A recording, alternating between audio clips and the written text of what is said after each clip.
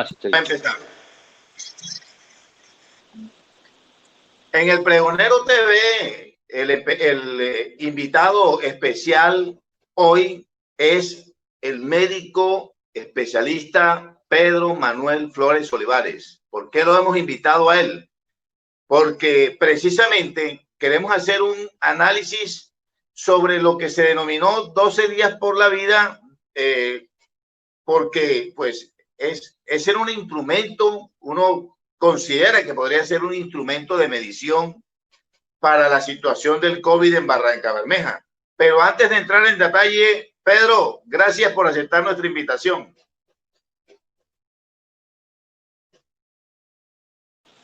Gracias a ti, Daniel, y a todos los amigos que nos están viendo en este momento. Y pues, por supuesto, para comentar un poco de manera positiva y proactiva en este momento tan complicado para el mundo y, por supuesto, para nuestra ciudad, Daniel.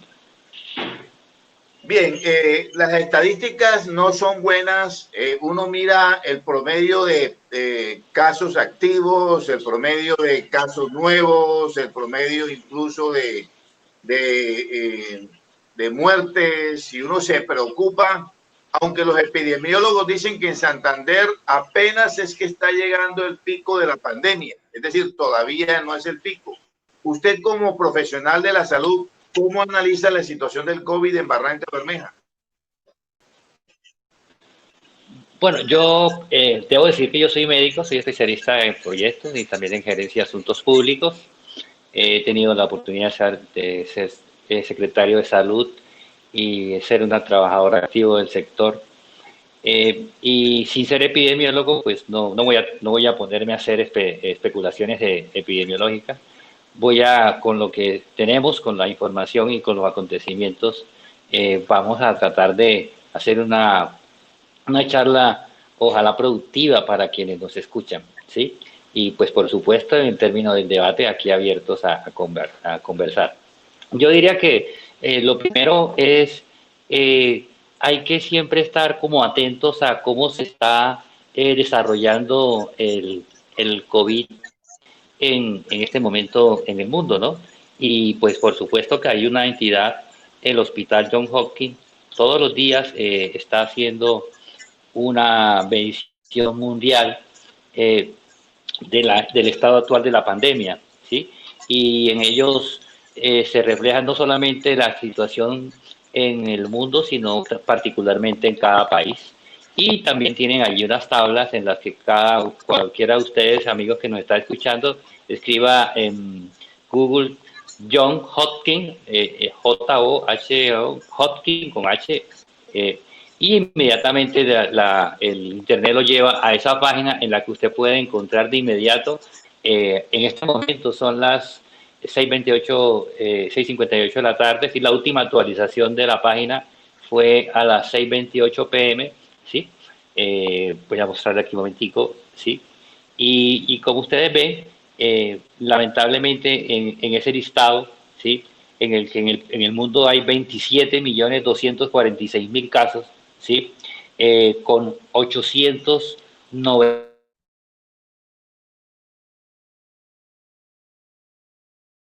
en el lugar 1, 2, 3, 4, 5, 6, en el séptimo lugar en el mundo, sí, con 666.521 casos. ¿Y cómo es el comportamiento de Colombia? Como lo muestra esta pequeña gráfica acá, ustedes ven cómo lo que muestran estas gráficas es que tuvimos un comportamiento progresivo, íbamos descendiendo y de pronto volvimos a subir, ¿sí? Perdón aquí que se me haya perdido la... Y sí, acá claro, nuevamente tenemos nuevamente, pareciera que estamos ascendiendo de manera inusual, pues a un número gigantesco. Estamos hablando en el mes de septiembre que esperábamos tener un poco una caída, pues esta es la situación del país en general, ¿no? Y ustedes ven, por ejemplo, algunas personas todavía son escépticas de la enfermedad. Aquí les muestro solamente en Estados Unidos, miren ustedes, en Estados Unidos hay 6 millones de casos 6.299.000 casos y tienen hasta el momento 189.000 muertos, es decir, una Barranca Bermeja completa desapareció. Sí, ¿Sí? En ese tamaño son las cosas, es decir que ya en ese país casi si estuvieran juntos todos, por lo menos una ciudad del tamaño de la nuestra ya desapareció. Es decir que el asunto no es un asunto menor. También hay que entender a los gobernantes, a las autoridades. Esto ya ha pasado en los últimos años y aunque esta pandemia ha sido una situación dramática en todas las áreas, ¿sabes? Porque se ha afectado la familia, los ingresos, la salud, la cercanía con los familiares, han aparecido unas cosas nuevas, han perdido importancia otras, ¿sí? Eh, Hay cosas que cambiaron por completo y que seguramente volverán, y hay algunas cosas que ya pues, seguramente no volverán, ¿sí? Pero en términos generales, yo tengo que decir para nuestra ciudad primero que la gente ha hecho un esfuerzo grande por mantenerse a distancia. Ha habido, por supuesto, como lo hay en todas partes, desmanes, desórdenes a veces, o personas que no consultan con lo que está aconteciendo. Pero en términos generales, Daniel, yo diría que los barranqueños se han comportado a la altura de las circunstancias. Y digo a la altura porque nosotros comenzamos con la enfermedad. Primer día, primer caso, primer muerto. Sí, lo recuerdan. La primera muerte en Santander, infortunadamente. Eso que también estadísticamente y epidemiológicamente que iba a dejar claro, que así como la enfermedad iba a ir creciendo, también el comportamiento de muerte iba a reflejarse más en Barranca Bermeja que en otras ciudades. Eso es como cuando jugamos fútbol, un partido entre Millonarios y el Real Madrid, ¿sí? Y los últimos 5 partidos los perdió Millonarios. ¿Cuál es el más probable resultado? Pues otra vez una derrota por razones estadísticas, ¿no?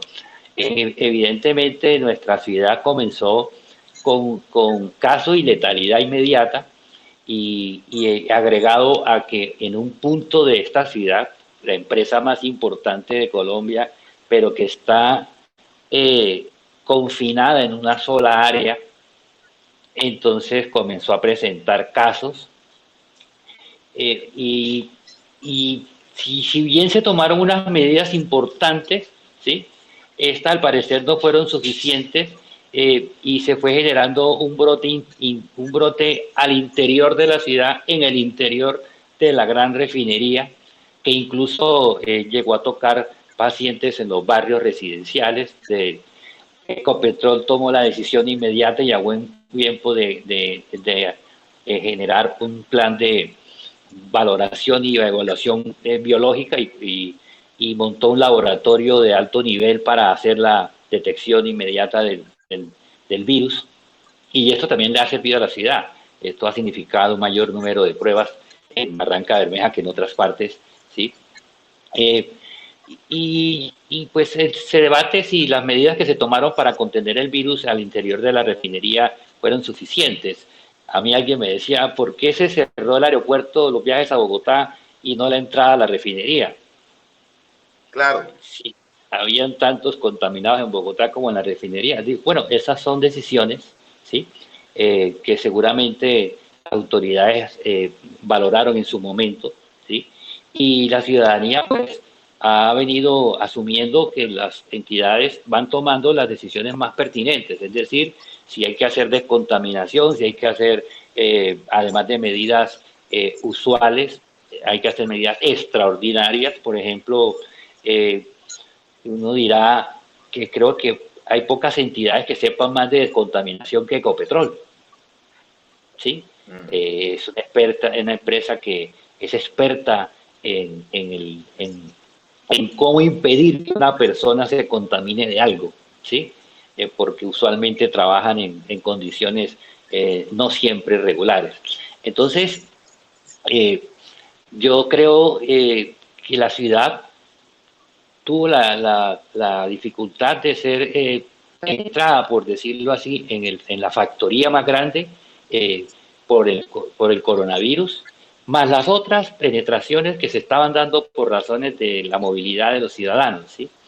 Eh, y eso se vio reflejado incluso en el número de pacientes al interior de la refinería y que, por fortuna, con unos servicios de buena calidad como los que tienen con Ecopetrol, y Pedro, comenzaron a aparecer, señor, perdón que te sigue. interrumpa, es que la uso en varias expresiones, ha dicho que más o menos Ecopetrol cuando le hace el estudio a los trabajadores y resultan asintomáticos, pues los envía a la casa, pero la misma uso dice, lo que pasa es que no tanto la situación del virus, lógicamente en el campo de trabajo no se está generando, sino en el entorno familiar, porque el asintomático, sin quererlo, quizás sin medir responsabilidades, está contaminando a su entorno.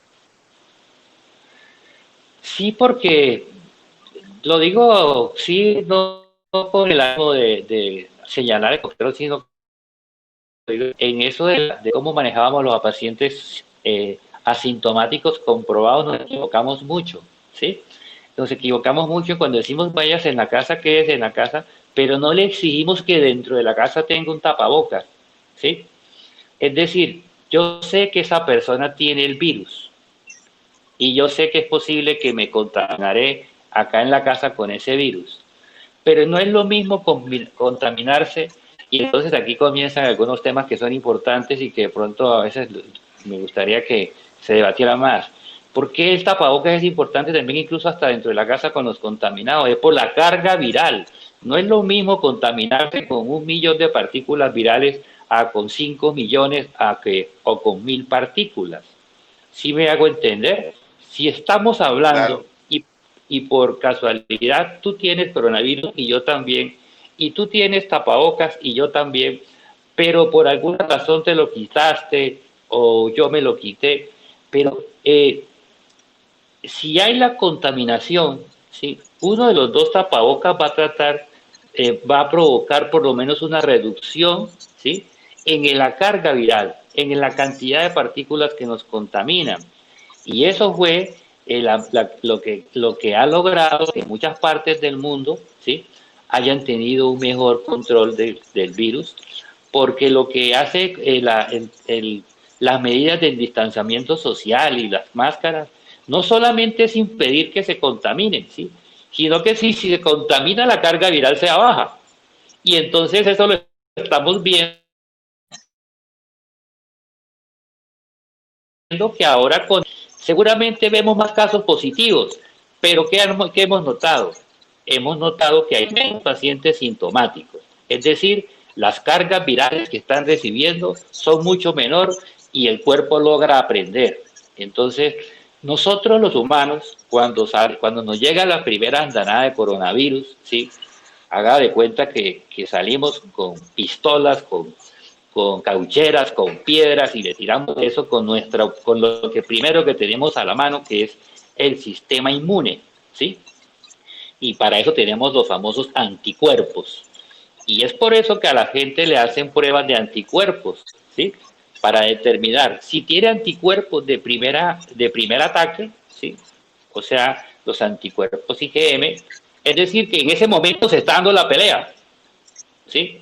O si tiene anticuerpos IgG, que fue los que quedan cuando ya pasó la pelea, pero quedó la memoria, ¿sí?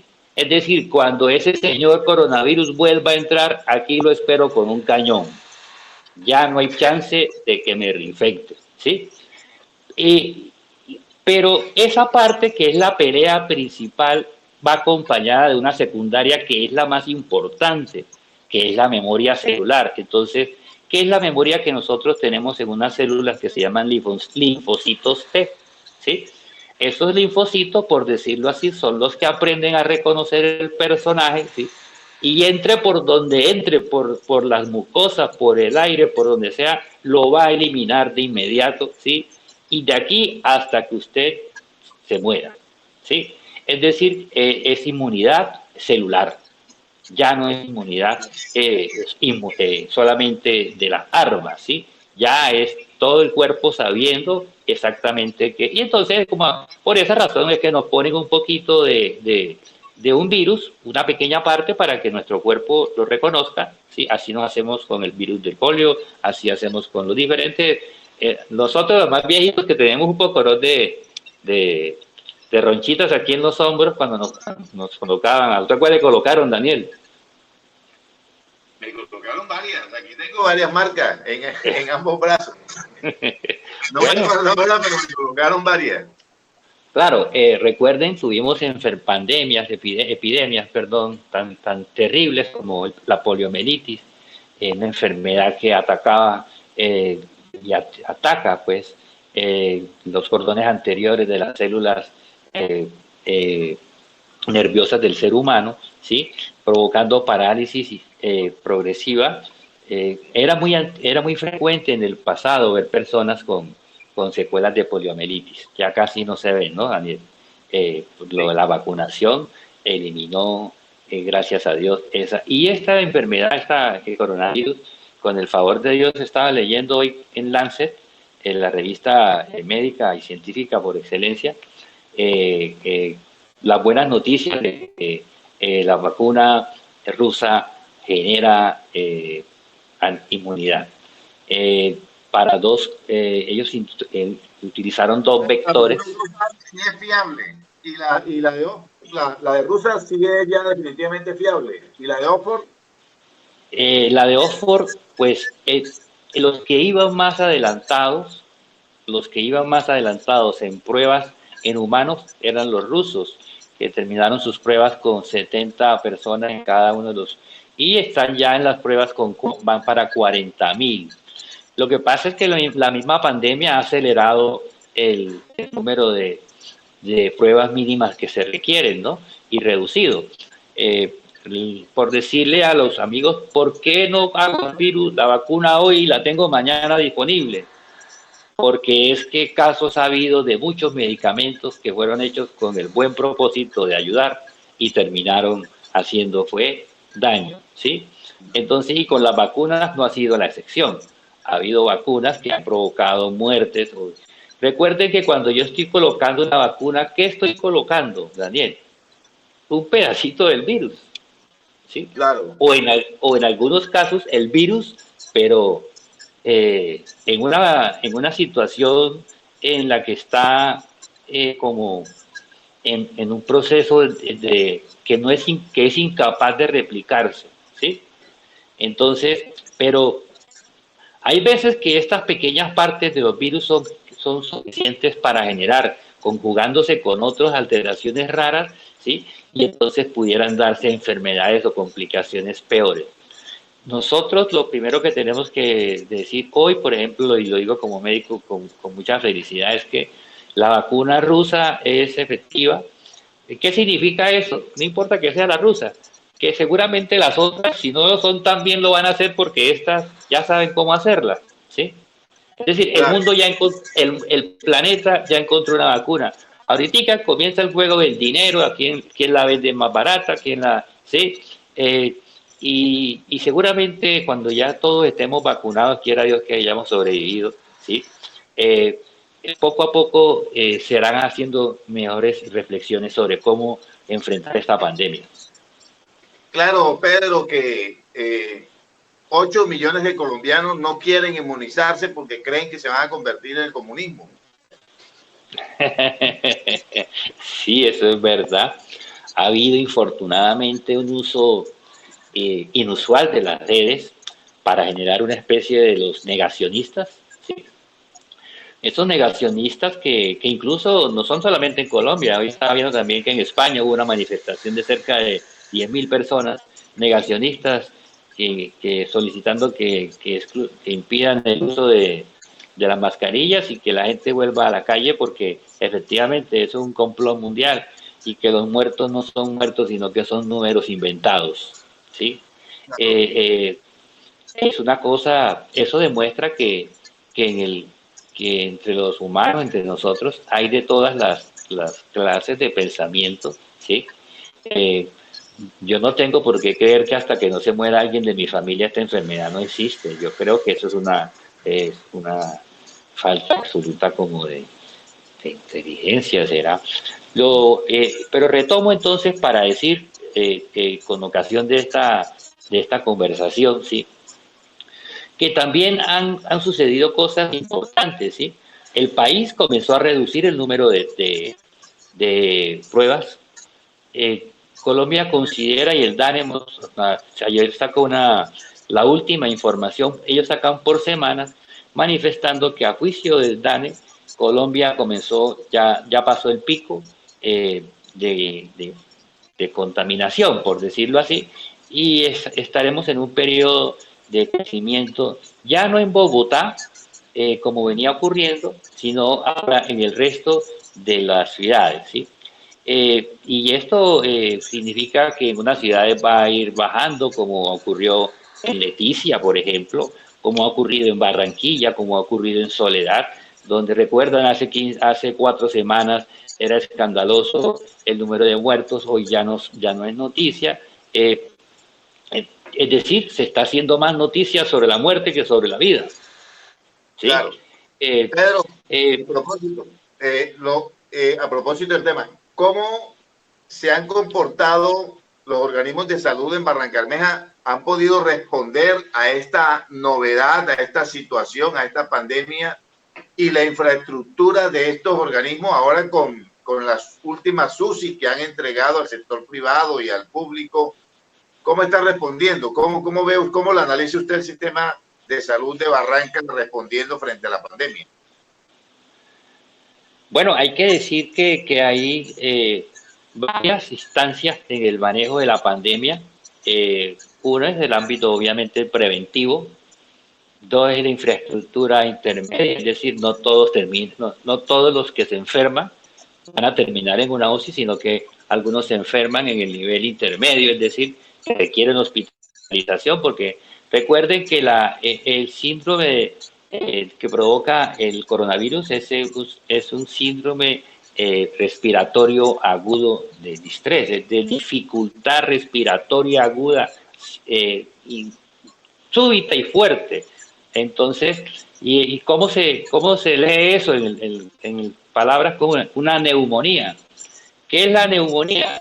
Cuando uno tiene líquido y moco en los pulmones o bacterias, ¿siento? Ese moco está ahí que no es por bacterias, sino por la lucha entre el cuerpo y el virus, llena los pulmones y el paciente cada vez tiene que hacer más esfuerzo para respirar, porque donde antes había aire, ahora ya es un moco pegajoso, ¿sí? Es una batalla intensa que se está librando ahí.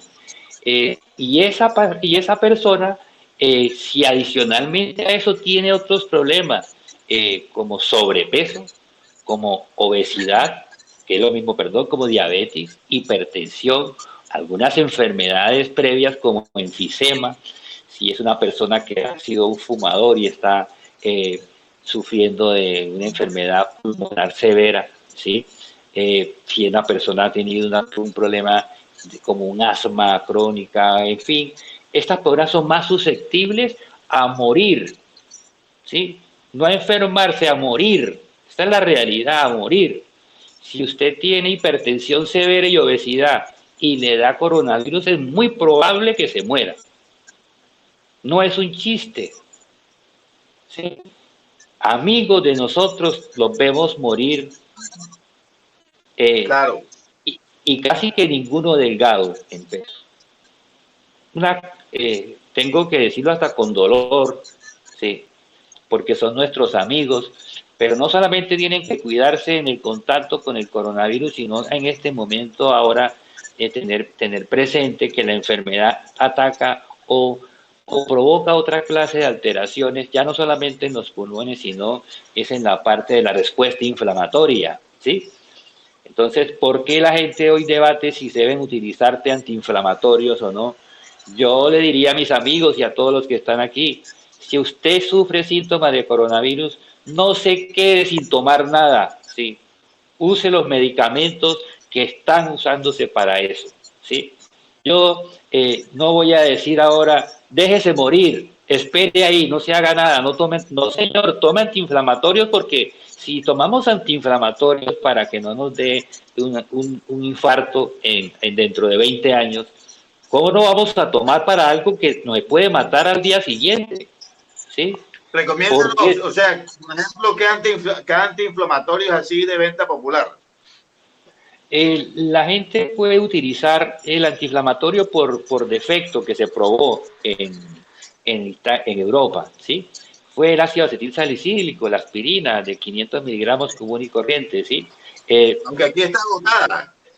Sí, pero también el naproxeno, el ibuprofeno, ¿sí? Y otros antiinflamatorios sirven con la misma característica. ¿Qué es lo que estamos buscando? Que no se inflamen más las arteriolas, ni las vénulas, ni el sistema en general, que es lo que está provocando la otra parte de las muertes, ¿sí? Es decir, ¿en qué nos equivocamos al comienzo en la enfermedad? Que empezamos a tratar única y exclusivamente el alvéolo, el pulmón, ¿sí? Y el paciente enfocado en la ventilación mecánica, en la UCI, y comenzaron a morirse de otras cosas. Estos 4 o 5 meses que han pasado no solamente han sido de muerte, sino también de aprendizaje. Este virus es nuevo. Este virus es nuevo. La vacuna que están poniendo y que estamos aquí celebrando hoy, ¿sí? Creemos que es capaz de generar inmunidad 1 año. No sabemos si la genere más tiempo, porque ese tiempo no ha pasado. Claro. ¿Cómo podemos estar seguros de que nos va a generar una inmunidad? Así que, pero yo le digo a la gente hoy que las autoridades, por ejemplo, en algunos países, me voy a referir, por ejemplo, en El Salvador, que utilizaron una especie de kit que contiene ivermectina, hidroxicloroquina, tiene un antiinflamatorio. Y hace algunos días he visto una médico, la doctora Barrientos, ¿sí? Recomendando un kit que contenga, y esto sí se lo puedo decir a todos los amigos que nos están escuchando, un kit que contenga un antigripal, ¿sí? ¿De qué se muere la gente? De que se llenan los pulmones de moco. ¿Qué debo impedir que se me produzca? Moco. ¿Con qué se combate el moco usted, cualquiera de nosotros en su familia, a los chicos? Pues con latadina, con un antihistamínico, con un antigripal, ¿sí? Es decir, yo no pretendo ir a darle un antihistamínico, un antigripal a una persona que está en la UCI. Lo que estamos diciendo es que si me comienzan unos síntomas de ese tipo, ¿sí? Al menos debo tratar de reducir las cosas que están provocando letalidad. Y lo Claro. digo con el riesgo de ser señalado como irresponsable, porque es que la gente entonces va a comenzar a automedicarse, no, mientras no se mueran. ¿Sí? Claro, esa es la idea. Eh, Es sí, decir, se le llamaba revolucionarios a esos médicos, la que usted mencionó, también por acá un médico por allá del Valle del Cauca, porque sí, precisamente estaban llamando la atención que la mayoría del personal de la salud eran como unos robots funcionando bajo unos protocolos y no le decían a la gente lo que usted está diciendo, que antes de ir a la UCI, pues tome lo que esté a la mano que puede evitar que vaya a la UCI. claro. Yo he leído artículos de científicos, ¿sí? Sobre uso, por ejemplo, de dosis altas de vitamina C, cosa que también les recomiendo a todos. Si tienen cápsulas de vitamina C en estos días, tómenlas, ¿sí? Una cada 12 horas, una cápsula 2 veces al día o una cápsula diaria. Pero si no tiene vitamina C y puede tomar jugo de limón, jugo de mandarina, jugo de naranja, cosas que sabemos ya sabemos que el virus no es capaz de replicarse con esos pHs, ¿sí? Sabemos Perfecto. eso. Entonces, ¿por qué no? ¿Por qué le vamos a dar la papaya al virus de tener un pH en el que se puede replicar? Por eso es que está dando resultado entonces algunos medicamentos o algunas tomas que hacen las personas. Es precisamente no porque sean capaces de eliminar el virus, sino porque impiden la replicación. Hay cárceles en Colombia completas donde no hubo un tratamiento de nada, sino que las personas se dieron ayudas con aguas, con bebedizos, que modificaban el pH. Y nos dimos cuenta de lo del pH justamente con un medicamento, la ivermectina. Yo ¿qué sé de la ivermectina? Es un antiparasitario, ¿sí? Se utiliza mucho en animales para el tratamiento de zoonosis como garrapatas, como cualquier clase de enfermedades de estas. También se suele utilizar en humanos, incluso cuando hay alguna clase de infestaciones por parásitos o por piojos. Eh, pero cuando se comenzó a hablar de la ivermectina, ¿sí? Muchos nos sorprendimos porque este es un antiparasitario y un virus es una cosa completamente pequeña, ¿sí? Pero podía ser. Entonces vimos que lo que estaba sucediendo con la ivermectina, que había dado resultado, era que habían dado dosis altísimas y lo que había logrado era cambiar el pH, ¿sí? No había dado efecto como medicamento, sino como esa cantidad que modificaba el pH, lo mismo que hace la vitamina C o lo mismo que hace, pero en una dosis tóxica. Claro. Entonces, ¿para qué decir cómo se va a tomar eso para lograr algo que lo puede lograr sin necesidad de toxicidad e incluso con algunas cosas que la gente está utilizando de manera bien? Porque eso ha reducido el nivel de letalidad y pues de contaminación. La gente ha tomado en serio, ¿sí? Las medidas y yo respeto mucho a algunos compañeros que dirán, no haga eso. Yo digo, no se deje morir. Claro. O sea, Bueno, señor. no, siga, Pedro, para ahorita le hago la pregunta. Y con respecto a las medidas que se tomaron en la municipalidad, yo debo decir que, por ejemplo, la alcaldía hizo una gestión importante en lograr que los centros que están operando eh, tuvieran a mano los equipos que necesitaban o incluso algunos nuevos para lograr ampliar la capacidad que tiene instalada usualmente la ciudad, que en el momento de la pandemia superaba los 40 unidades UCI, ¿sí? En este momento ya estamos cercanos a 100 unidades UCI, ¿sí? Hay que tener en cuenta que hay UCI en el hospital regional, se abrió una UCI en la policlínica, hay UCI en la clínica Magdalena, hay UCI en la clínica San José, ¿sí? Y estaban, creo que haciendo una UCI intermedia en la Reina Sofía y otras instituciones pues ya tienen por lo menos unidades de cuidado intermedio, es decir, ¿en qué se diferencia el intermedio de la UCI de alta complejidad? En el ventilador, ¿sí? En el soporte ventilatorio mecánico. Es decir, un paciente cuando ya está en ese nivel de UCI y es porque tiene coronavirus. No, ese es el otro. ¿Por qué entonces la petición de mantener el distanciamiento, mantener las medidas, amigos? Es porque de todos modos las otras enfermedades siguen existiendo. Y entonces suponga usted que llega el momento del año en el que mayor número de partos hay. Cuando hay mayor número de partos, pues también aumenta el número de casos de toxemia gravídica de embarazo, es decir, de lo que se llama preeclampsia, eclampsia. Las mujeres con eclampsia, ¿sí? Las que sufren eclampsia grave, terminan en una UCI. ¿Sí? Un paciente quemado, ¿para dónde va? Para una UCI. Una UCI. ¿Para dónde lo mandan usted cuando le da un infarto? Para una UCI. Cuando se le complicó... O sea, una infraestructura montada pues por el COVID, ¿no? Sí, es decir, yo pienso que la ciudad ha hecho un buen avance, tanto en lo público como en lo privado. El gobierno departamental aportó ventiladores, la alcaldía pues está ayudando en la gestión, los operadores privados han adquirido también, ¿sí? Porque nosotros somos centro de referencia, ¿no? Hay que recordar que Bogotá tiene la UCI en el 70%, es decir, que usted llama ya ahorita, ¿puedo mandar un paciente para Bogotá? No se lo recibe. ¿Sí? Más o menos, ¿cuál es el nivel de ocupación? En este momento Bogotá está, ¿Bogotá o Barranca? No, Barranca. Según el último reporte que vi hoy, habíamos llegado a más de 40 pacientes en UCI, ¿sí? Eh, es decir, que la ocupación debe estar por el orden del 45 al 35, 45%. Yo creo que la ciudad va a ser capaz de sobrellevar este escenario de uso de unidades de cuidado intensivo. Creo que van a venir llegándole más. Es que hay que recordar que nosotros no solamente atendemos en Barranca a los barranqueños, ¿sí?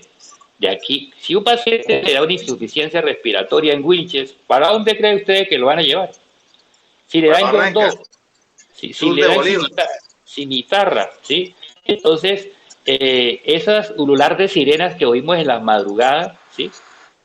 A veces también vienen de los municipios vecinos buscando una, porque allá sí no hay, ¿sí? Exacto. Allá no hay, en ninguno de los municipios que usted se le ocurra mencionar, Cimitarra, no, Sabana, no, no hay, porque se necesita cierto nivel, ¿sí? Y ciertos especialistas que no están allí. Es decir, incluso Pedro, hay que decir, ajá, cómo se mide el éxito o el control al COVID mirando uno los casos diarios, por ejemplo, por decir los datos diarios que habla de recuperados, de activos, de nuevos, muertos y UCI? ¿Cómo puede medir uno que la cosa como que está mejorándose, está igual o está en alerta?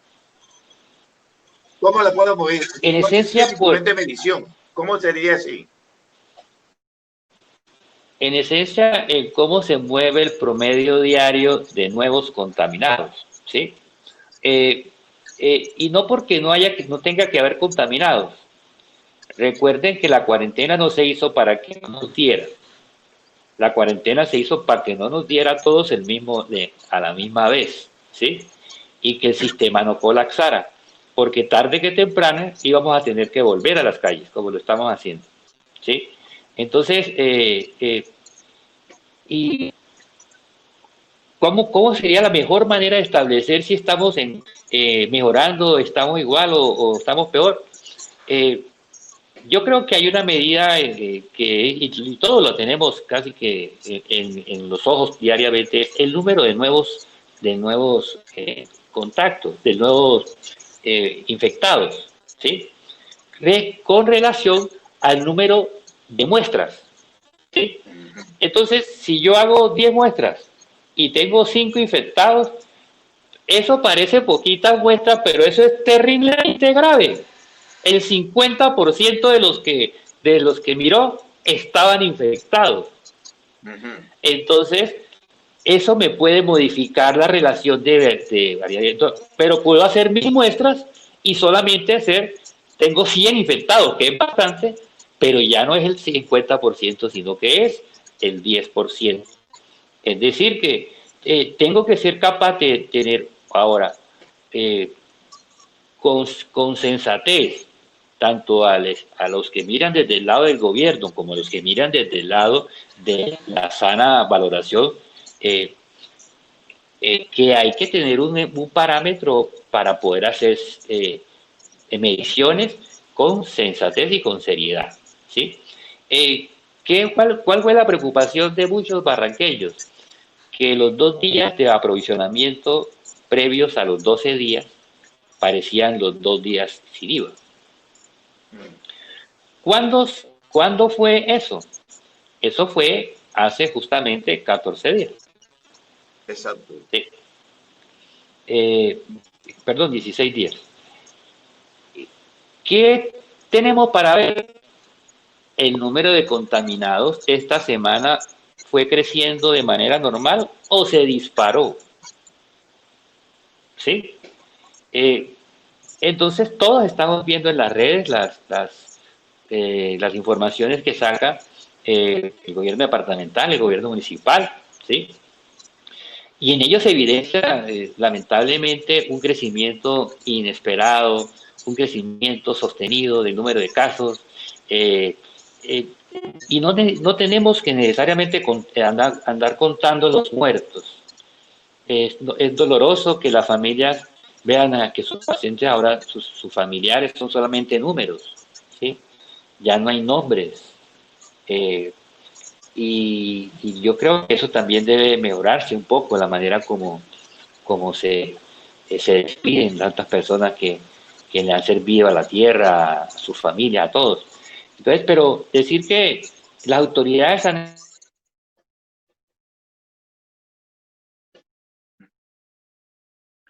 Se cortó la comunicación, el diálogo con Pedro Flores Olivares, médico especialista, es secretario local de salud, es alcalde encargado, hablando. Sí, sigue, en Pedro. lograr en lograr la sectorización, ¿sí? Estaba viendo el otro día un cuadro que tiene la ciudad de Cúcuta, que tiene los casos por barrio, ¿sí? Eh, Han logrado, nosotros tenemos una ciudad que tiene bastante acceso a tecnología, ¿sí? En los barrios, y es posible entonces que se logre una plataforma que permita reconocer con mayor rapidez los casos, y no solamente los casos, sino los contactos, ¿sí?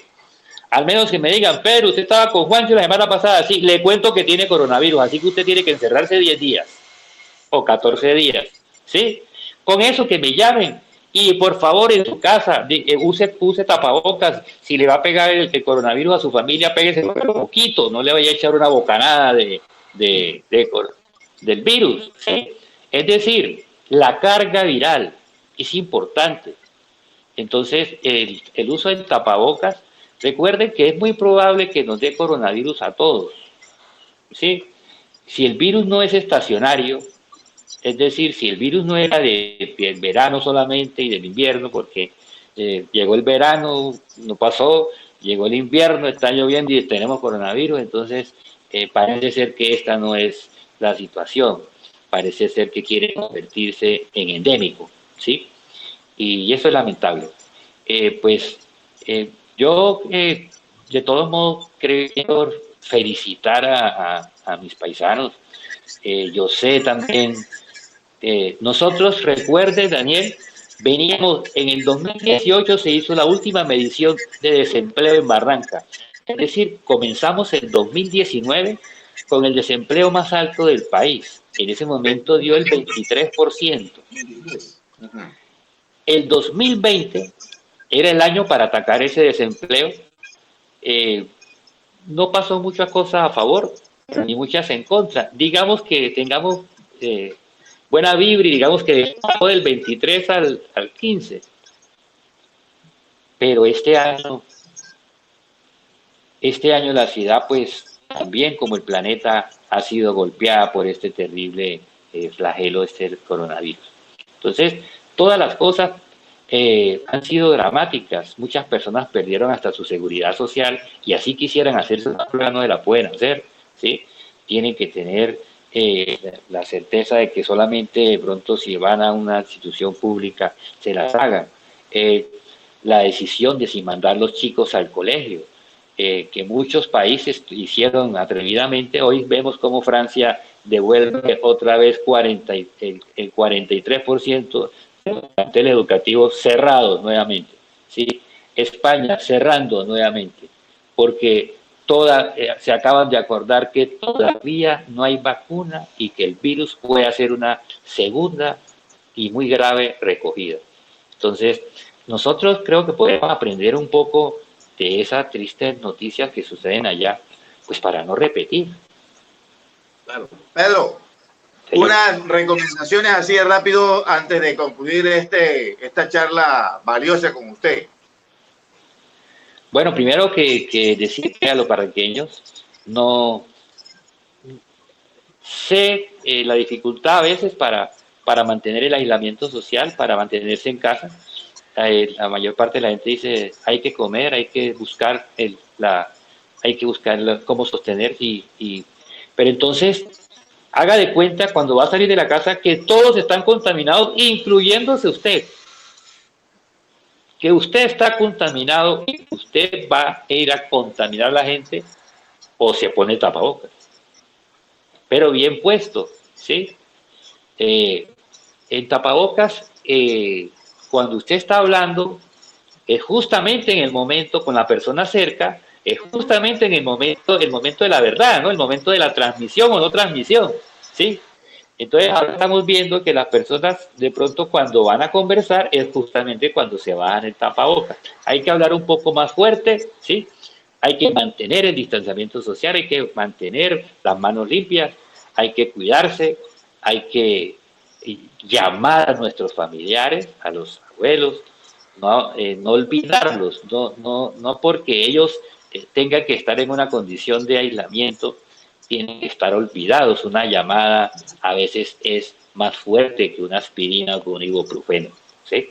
Y decirles que si sienten alguno de los síntomas de ingreso de la enfermedad, ¿cuáles son los síntomas? Cuando la persona se infecta, un poco de carraspera, un poco de malestar general, dolor en los huesos, pero un dolor en los huesos y una sensación de agotamiento más fuerte de lo común, no del cansancio que uno a veces de pronto siente, fiebre, no fiebre interna que llaman, ¿no?